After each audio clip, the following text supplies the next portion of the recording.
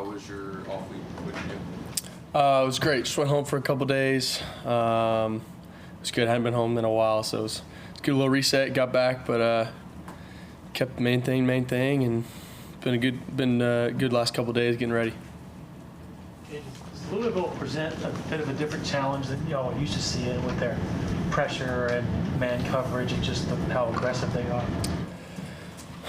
I would say we've definitely faced a couple teams like them this year in terms of kind of their scheme and a little bit more aggressive defenses and like you said, a little bit more blitz and a little bit more man coverage and just wanting to kind of get up in our receivers' faces and play press coverage a little bit more. So every team is different, and that's what we kind of lean on the coaches to prepare us and get us ready for that opponent and have a good plan for them. But I think that, our coaches will do a great job putting together a great plan, and I think that something that we're always ready for is, getting ready for any kind of defense. That's something that kind of we're ready for, and our defense does a great job of, our defense kind of does everything.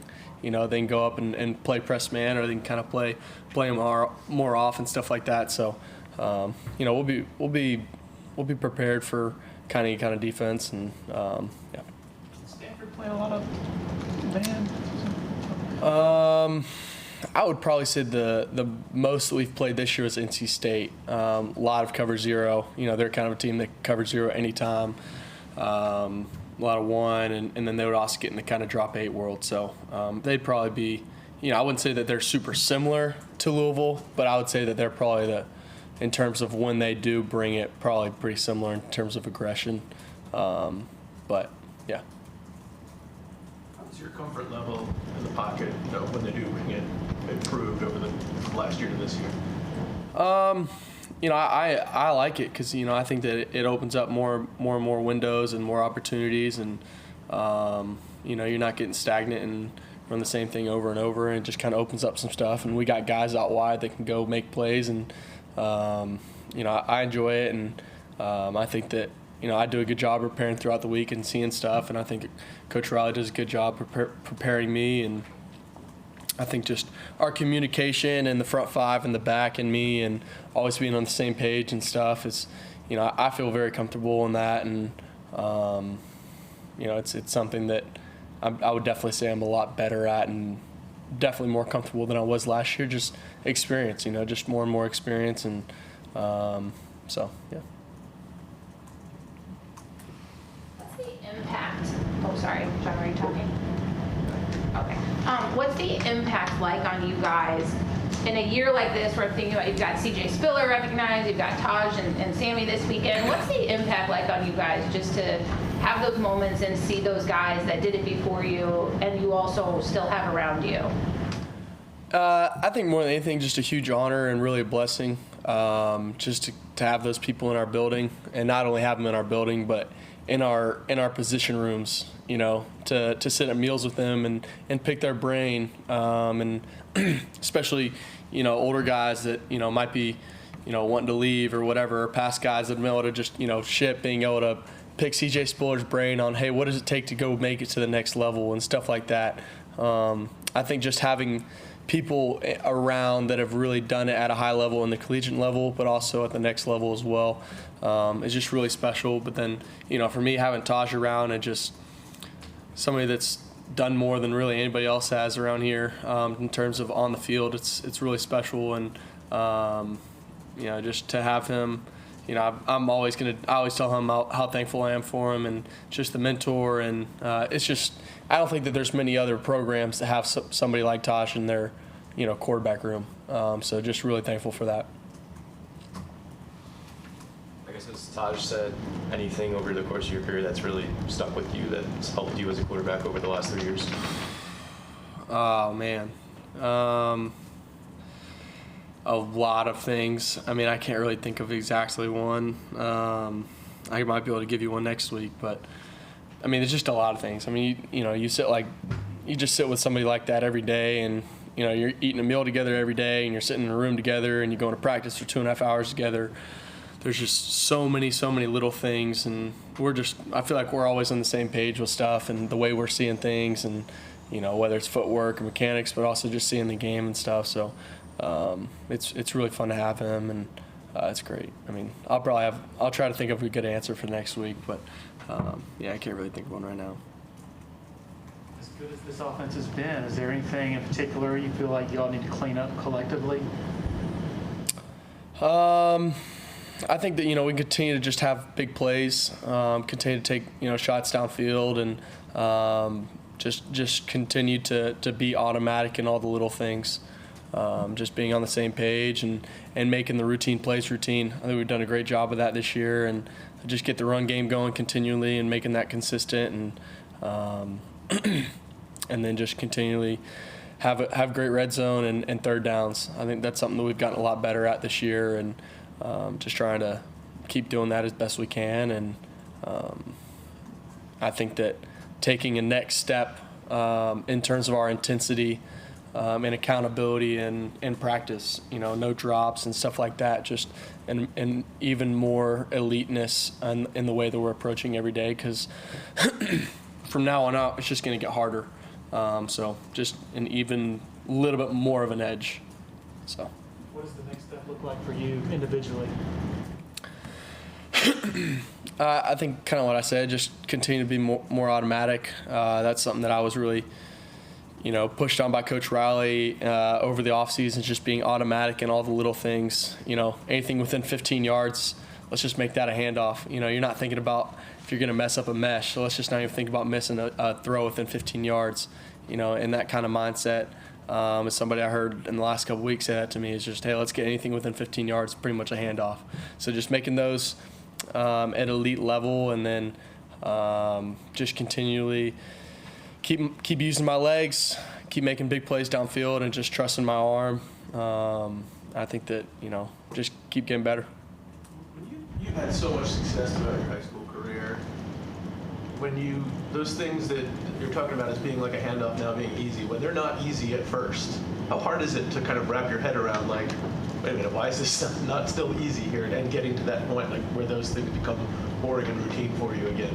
Are you saying like when I'm in the middle of a game and I'm missing a few, or? First, times when some of those things didn't go right last year or Yeah. this year, like, how hard is it for you to kind of wrap your head around, like, this is not an easy, this is harder than it was when I was in high school, and I got to get back to the point where it's routine for you again? Yeah. I think just trusting my ability that I say this in a confident way, not a cocky way, but I feel like I've put the work in, and that we've put the work in all together, that I feel like I can make really any throw. And you have to have that mindset when you're a quarterback on the field, because if you're stepping on the field and second guessing in a split-second decision whether or not you can make that throw or not, I think that's where guys get dropped below other guys and other guys can step up. So, when I step on the field, I just want to be a guy that I feel like I can go trigger anything. I'm not afraid to make a throw. So just the confidence that I feel, the confidence that I've built in myself in the last year of, I can go make every single one of those throws that I want to make. And if I do miss one, why did I miss it? And it's not always, there's always a reason to it. Maybe I didn't get really into my backside enough, or, I was too over the top, or whatever it is. And knowing that I can fix that, come back and work on it the next day, and then go get better from that. So, again, like, I don't mean that in a cocky way, but I just feel like from a confidence level, I feel like I can make all the throws that I need to make. And yeah, I think that kind of answers. Yeah. Was there any times in the last couple of years where you wavered in that, or you had to kind of be reminded, like, you can make all of those throws? I think every quarterback feels that when you get to college, and really every player, of just a little bit of a feeling, whether people are going to admit it or not, of just whenever you get to the next level, of just a feeling of, man, do I really deserve to, be here? It's whether you get a new job or whatever it is, just a feeling of, man, am I really good enough to be here? And that takes a couple weeks, because you're around new guys and everybody's good and whatever. But I feel like I just got here, and obviously it took a little bit, and getting used to receivers and the speed of the game and everything. And but then I just I kind of locked in and realized I could do this, and that's just gotten even more and more better through experience. And no matter how long you do something, you're going to get better every year. I mean, look at Tom Brady, played 20 years in the NFL, and he won a Super Bowl at year 20 or whatever with a team that was not very good the year before, the Buccaneers. So, you're going to continually get better every single year, and that's something that I love. It's fun to look back a year ago, and I remember watching the Wake Forest game from last year's game a couple weeks ago, and we were getting ready for them, and it's fun to see yourself truly get better and see yourself to 12 months ago to now. I feel like I'm a completely different player just because of the preparation and the guys around me, and just guys trusting me and my work ethic, and just kind of putting my nose in the ground and going to work, and it's really fun. It's fun. We hear the word Crockpot a lot from Dabo when he's talking about a player's development. Ballpark, how many times have you heard that you were in the Crockpot? And what's that process like? How genuinely hard was it to remember sometimes? Yeah, I think the Crockpot is definitely different amongst different people. I think everybody's really in it, but some people, I think everybody's got to go to work every day at the end of the day, but some people, I had an opportunity to play a little more as a freshman than in my sophomore year than other people might have. But I wasn't where I wanted to be last year, and I'm not where I want to be this year. I'm still wanting to get better. I still see things that I want to get better at, and I think that in Coach Sweeney's mind, it's just you got a guy that really when I hear the word Crockpot, I'm hearing a guy that was here for 4 years, wasn't good enough for 4 years, but just went to work every single day, and realized that, hey, I'm not good enough. I need to go get better. What do I need to go get better? Let's go do it. And just literally just sitting in there and going to work and trusting this program, trusting Coach Sweeney, trusting his coaches. And then you come out and, you have whoever on the other side. You've got a guy like Ryan Linthicum who's coming out here and, playing his butt off as a, fourth-year center who hasn't really played a lot. But that's really what I think of. Just somebody that's been here for 3.5 years, working his tail off, and then comes out and is doing a great job for us. So that's really what I'm thinking of. So you were more a microwave. We were taking you in and out constantly. I wouldn't say that. I think that I've been in it too, especially in this last year. I've just kind of gone to work, and I think that we all have. So. Yeah. Any questions virtually for Cade? Anybody else in the? Oh, go ahead, Derry. Hey, this is Derek Carr with the Greenville News. Post game after Virginia, kind of disappointed your performance. Kind of, I guess, credit to mechanics. I guess opening open, we kind of go rework those things heading into Louisville this week. Yeah, just kind of saw some of the things that I need to work on, just footwork wise, getting a little bit too much on my toes and wasn't really getting in my throws sometimes, and started locking up the front leg on a couple of low throws and some high throws. So definitely worked on that, and but in season, you kind of got to take it with a grain of salt sometimes and still just go play. So think about it during the bye week, and then this week just go get ready for Louisville. What's it like to see your name on late season Heisman lists so frequently now? I'm not really looking at that at all, to be honest. I'm just trying to go beat Louisville this week. Yeah. It's got to be a little bit gratifying. Even after the Georgia game, people were like, Cade, yeah, guys, he's not it. And now here we are 8 weeks later, people are like, okay, maybe a Heisman candidate. That's got to be a little gratifying for you.